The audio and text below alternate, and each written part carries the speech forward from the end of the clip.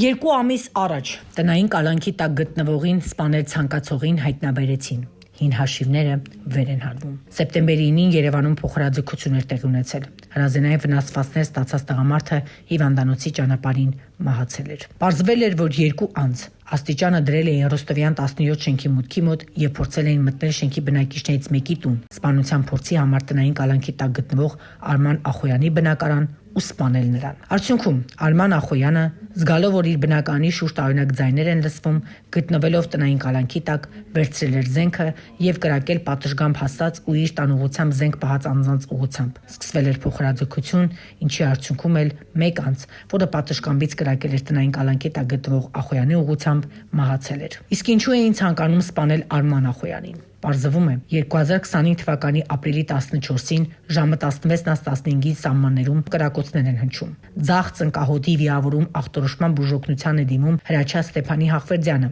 Ավելի ուշ պարզվել էր, որ Հախվերդյանին Ռոստոմյան փողոցի 13-րդ հասցեի դիմաց հրազենային վնասվածք էր պատճառել Արմանը, որին սպանության փորձի համար մեղադրանք էր առաջադրվել եւ խափանման միջոց էր ընտրվել տնային կալանքը։ Ավելին, տեղեկություններ կան, որ Հախվերդյանի եւ Ախոյանի միջև լարված հարաբերությունները մեղմացնելու նպատակով անգամ խառնվել էր գողական աշխարհը։ Եվ ահա 5 ամիս անց վենդետա։ 5 ամիս անց կրկին հկրակոցներ են հնչում։ Գործում մեկ անձի մեղադրանք է առաջադրվում եւ խափանման միջոց ընտրվում տնային կալանքը։ Սակայն վիրավորում ստացած անձն ու նրա մտերիմ շրջապատը գոհ չեն մնում Հայաստանի Հանրապետության իրավապահ համակարգի գործողություններից եւ չսպասելով քննության վերջնական որոշմանը, ասել է, թե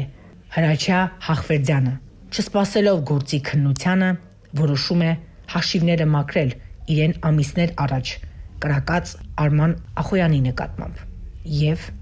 գործի անցնում։ Վերցնում է իր ընկերներից մեկին եւ փորձում մուտք գործել Արման Ախոյանի բնակարան, որը այդ պահին տնային կալանքի տակ է գտնվում։ Արդյունքում փոխհրաձգությունը տեղի ունենում եւ մեկ անձ սպանվում է, իսկ մյուսը դիմում փախուստի։ 2 ամիս իրավապահները փնտրում էին տնային կալանքի տակ գտնվողին սպանել ցանկացողին, որը 3 մեծ հասած տեղեկությունների համաձայն քրեական ոստիկանները հայտնաբերել են։ Տեղեկությունը փորձեցինք պարզել Հայաստանի Հանրապետության քննչական կոմիտեից, որտեղից ի պատասխան հայտնեցին։ Նախաձեռնված քրեական վարույթի նախաքննության ընթացքում փախուստի դիմաց անձը հայտնաբերվել է։ Նրա նկատմամբ հանրային քրեական հետապնդում էր հարուցվել քրեական օրենսգրքի 335-րդ հոդվածի առաջին մասով հրազենի եւ դրա հիմնական բաղկացուցիչ մասերի ռազմամթերքի եւ այլ նյութերի սարքերի առարկաների ապօրինի շրջանառությունը, 44-155-րդ հոդվածի 2-րդ մասի 8-րդ կետով սպանություն մի խումբ անձանց կողմից եւ 207-րդ հոդվածի առաջին մասով բնակարանի անձեռմխելիությունը